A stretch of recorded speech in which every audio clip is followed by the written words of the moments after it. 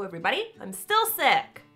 Fuck my life. Anywho, today we're tackling the heated debate. What's better, traditional publishing or self-publishing? People get super wound up over this. They throw tantrums. It's kinda sad. Fortunately, I'm here to set the record straight. There is no superior option. Both traditional and self-publishing are a major kick in the dick. Today we're learning why that's the case. I am listing the pros and cons of self-publishing your novel. We'll save traditional publishing for another day. Before we get started, I wanted to give a quick shout out to Skillshare, who has sponsored this video. You guys already know Skillshare is my favorite learning platform. It's an online community for creators with over 17,000 classes in business, marketing, creative writing, design, painting, a bazillion other topics. It's amazing. Premium membership gets you access to all of their classes and it's super affordable. A yearly subscription breaks down to less than 10 bucks a month. If you're looking to improve your writing or learn the business skills necessary to navigate the publishing industry and you want a cheap way to do it, I definitely recommend Skillshare. Just be careful because you'll get sucked in for hours and hours. It's happened to me multiple times. I've also got a special gift from Skillshare at the end of this video, so stick around for that. But first, let's talk self-publishing, specifically all the stuff that's awesome and all the shit that'll make you weep. I myself am a self-published author, so all the information I'm presenting is based both on extensive research and firsthand experience. Additionally, please keep in mind that just because I chose to self-publish does not mean it's the right decision for you. And just as there are a number of pros and cons to self-publishing, there are also quite a bit of misconceptions, ones that could drastically change your publishing decision if you don't have all the facts straight. So why don't we tackle these misconceptions first, shall we? Number one, the worst part of being self-published is that you have to market yourself. This is true. The worst part of being self-published is the marketing. It's also the worst part of being traditionally published. Actually, it's the worst part of being a writer in general. I've said this 1,000 times, but it bears repeating. Unless you are famous, it doesn't matter which publishing option you choose, you will be marketing yourself. Publishers reserve a bulk of their marketing power for their most prominent authors. Yes, it's shitty, yes, it's unfair, but it's also smart business. Marketing costs money, and they're not gonna waste it on assets that haven't proven themselves profitable. If you're basing your publishing decision on marketing, maybe don't, because you're fucked no matter which option you take. Misconception number two, self-published books cannot be featured in stores. Wrong again. Self-publishing platforms like Ingram Spark give authors the option to have their books available in brick-and-mortar establishments.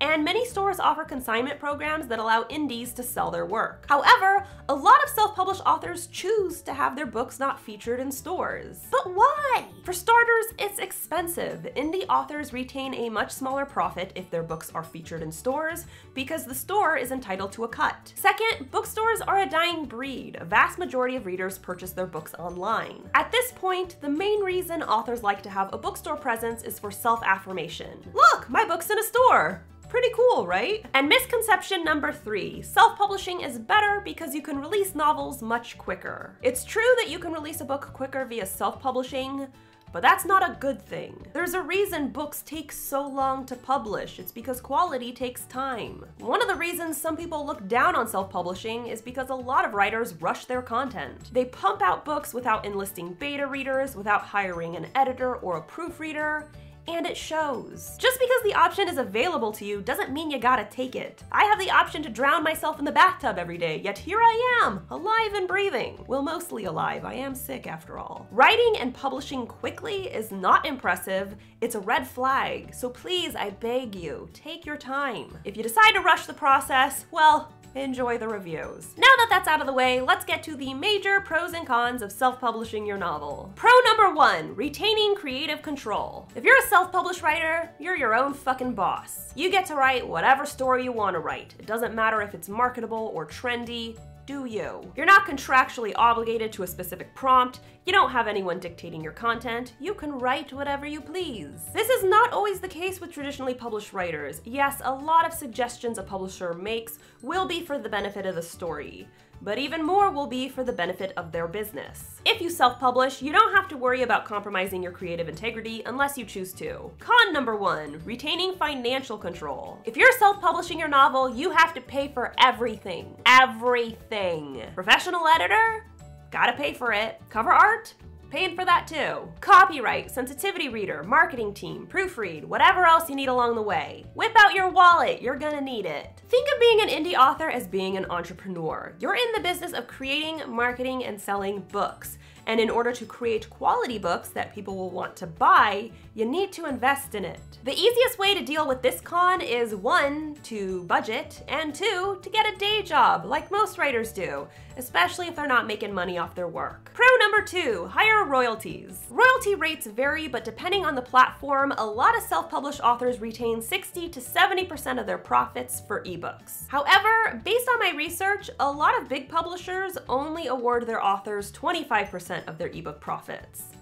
And that blows. You might have noticed I'm talking about ebooks, and that's because hardback and paperback novels make dick profit no matter which publishing option you choose. Physical books are extremely expensive to produce, which means royalty rates are really small, like 15%. However, if you self-publish, you get to price the book yourself, which means the royalty rate is at least in your control. But ebooks are the big seller right now. They're affordable and thus popular. So that 70% versus 25% figure is pretty fucking important. Con number 2, no guarantees. If you're not familiar, an advance is one big automatic paycheck that typically accounts for the first 2 years of a novel's life. Traditionally published authors get one of these, and self-published authors are shit out of luck. Now, it's difficult to pinpoint an average advance amount because the number varies. However, the most common numbers that I've seen floating around are $10,000 to $20,000. This is shit money considering all the effort that goes into writing a book.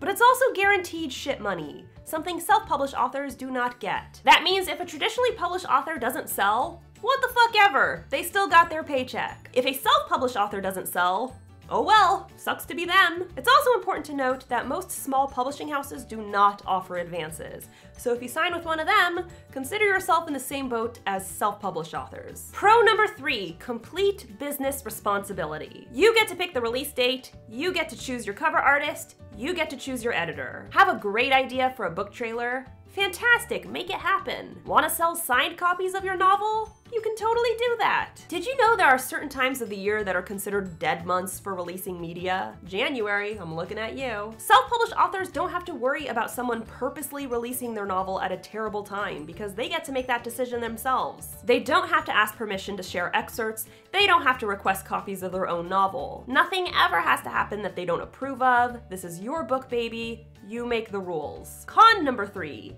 complete business responsibility. Sometimes it's nice to have someone to bounce ideas off of or someone to help make important decisions, especially if you have no idea what you're doing. When do I copyright my novel? What is the standard font size for an adult novel?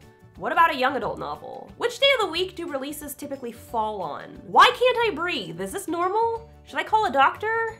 It's a very, very sharp pain. Being an entrepreneur is stressful, and as we already covered, if you're self-publishing, that's what you are. You need to be prepared to make these sort of decisions if you want your platform to be successful, and sometimes it's really overwhelming. So there you have it. Those are the pros, cons, and misconceptions to self-publishing. Again, while I chose to self-publish my novel, that doesn't mean it's the correct decision for you. Take an honest look at the pros and cons of both publishing options and choose the path that is right for you based on your skills and needs as an author. In a few weeks, I will be covering the pros and cons of traditional publishing, so be on the lookout. A huge thank you to Skillshare for sponsoring this video. It's because of people like them that I'm able to grow my platform, which means more writing advice for you guys, more giveaways, more books, the works. If you want to brush up on your business and marketing skills in order to prepare for whichever publishing path you choose, I highly recommend Skillshare. I myself have a class all about growing your author platform, and there are a ton of other amazing classes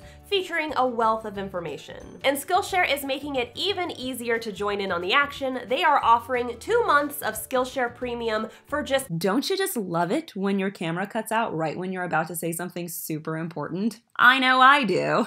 But in all seriousness, Skillshare is offering 2 months of Skillshare Premium for free to the first 500 people who click the activation link below. This is a super great deal. It's 2 months worth of access to thousands of classes, and it's completely free. You don't have to pay a dime. So the activation link is in the description. Go ahead and click it. It's only available to 500 people. Do it now. Blah.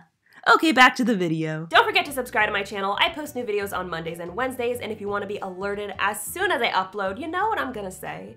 you know what I'm gonna tell you to do. You gotta ring that bell. It's down there. It's down there somewhere. Just ring it, and everything will be great. If you want to read an awesome book and have access to tons of prizes, pre-order The Savior's Champion and enter my pre-sale giveaway. You can pre-order it in hardback, you can pre-order it in ebook. It's on barnesandnoble.com, it's on Amazon, it's on Books A Million, it's on the Book Depository, it's everywhere. Pre-order it now! And be sure to follow me on social media. I'm on Instagram, Tumblr, Facebook, and of course you can tweet me at Jenna Moreci. Bye!